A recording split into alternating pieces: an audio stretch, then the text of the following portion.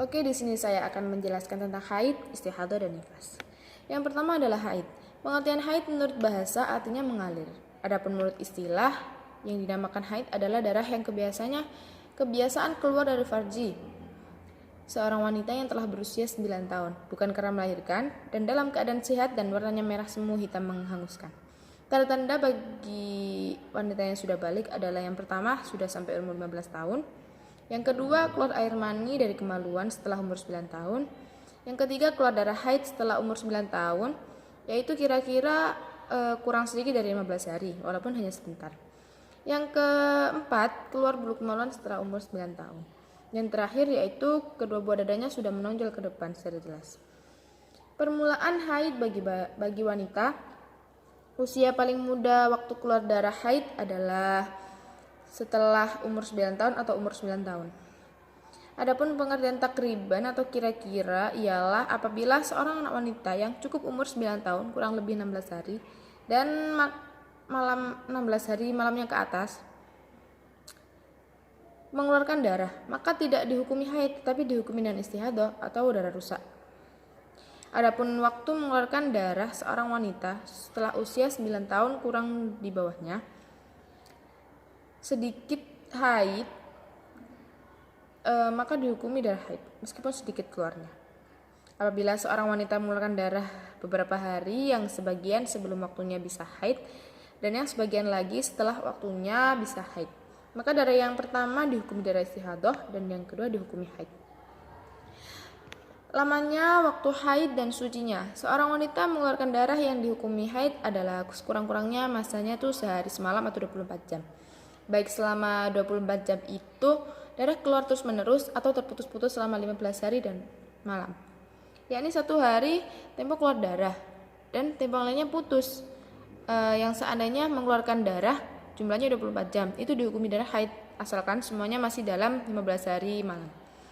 Adapun sebanyak-banyaknya orang wanita mengeluarkan darah haid yaitu 15 hari dan 15 malam. Pada kebiasaannya mengeluarkan darah haid selama 6 atau 7 hari dan malam. Semuanya ini berdasarkan hasil penelitian Imam Syafi'i kepada wanita Arab di Timur Tengah. Adapun lamanya seorang wanita mengeluarkan darah haid yaitu 15 hari.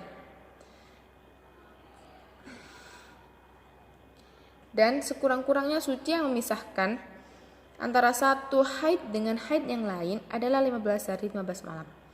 Adapun sebanyak-banyaknya suci tidak ada batasnya, bahkan kadang sudah keluar darah haid lagi karena usia dan atau keadaan. Dan pada kebiasaannya suci tersebut melihat kebiasaan haid. Apabila haidnya 6 hari, maka sucinya adalah 24 hari. Dan apabila haidnya itu 7 hari, maka sucinya 23 hari. Untuk istihadah, pengertian istihadah menurut bahasa artinya mengalir. Menurut istilah, istihadah adalah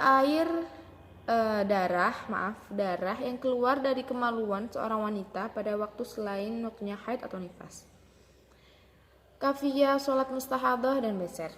Bahwa istihadah tidak sama hukumnya dengan haid atau nifas. Istihadah itu termasuk bagian hadas kecil yang sifatnya terus-menerus seperti beser air seni atau beser air mandi. Maka mustahadah tetap diwajibkan untuk sholat fardu, puasa Ramadan, dan tidak diharamkan untuk membaca Al-Quran atau bersetubuh dan lain-lain. Mustahadah, orang yang beser itu terus-menerus mengeluarkan hadas dan najis. Maka ketika akan mendirikan sholat, ia hendaklah lebih dulu mensucikan kemaluannya, lalu disebat dengan kapuk atau kain sekiranya yang tidak sakit dan ketika tidak mengerjakan puasa Ramadan. Apabila darahnya masih terus mengalir keluar di permukaan sebatan, maka ia diwajibkan membalut. Apabila karena banyaknya darah hingga tetap keluar ke permukaan pembalut, maka dimaafkan. Dan apabila ia sedang mengerjakan puasa, hendaklah supaya membuat pembalut saja karena menyumbat itu menyebabkan batalnya puasa. Setelah dibalut, lalu wudhu dengan niat supaya diperkenankan mengerjakan sholat fardu, bukan niat karena menghilangkan hadas atau niat bersuci atau bersuci dari hadas. Sejak mulai mensucikan kemaluan hingga wudhu, wajib dilakukan setiap dan mengerjakan sholat fardu dan setelah masuk waktu sholat. Jadi untuk setiap mau sholat kita tuh harus bersih suci dulu ketika istihadah. Orang yang besar mani, ia diwajibkan mandi setiap akan mengerjakan sholat fardu dengan niat supaya diperkenankan mengerjakan sholat fardu, bukan untuk menghilangkan hadas atau niat bersih suci. Untuk nifas menurut bahasa artinya melahirkan. Kalau menurut istilah, yaitu darah yang keluar dari kemaluan seorang wanita setelah melahirkan dan sebelum melampaui 15 hari, 15 malam lahirnya anak. Darah yang keluar bersama bayi atau sebelum melahirkannya tidak dihukumi nifas, tetapi termasuk darah istihadah atau darah rusak, darah penyakit. Lamanya nifas, sekurang-kurangnya seorang wanita keluar darah nifas adalah 1 tetesan. Kebiasaannya nifas 40 hari 40 malam. Sedangkan sebanyak-banyaknya nifas itu adalah 60 hari 60 malam. Semuanya ini juga sudah berdasarkan hasil penelitian Imam Syafi'i kepada wanita Arab yang di Timur Tengah. Paling lama nifas 60 hari tersebut dihitung mulai dari keluarnya bayi. Adapun yang dihukumi dari nifas itu mulai dari keluarnya darah, sehingga seumpama ada seorang wanita melahirkan pada tanggal 1, tetapi darahnya itu keluarnya mulai tanggal 5. Jadi yang dihukumi darah nifas itu mulai tanggal 5. Yang sebelumnya itu masih dihukumi suci. Jadi wajib untuk melakukan sholat dan kewajiban-kewajiban yang lain. Macam-macam dan sifat darah. Yang pertama, darah itu ada 5. Yang pertama darah hitam, yang kedua darah merah, yang ketiga darah merah semu kening, yang keempat darah kuning, dan yang kelima darah keruh.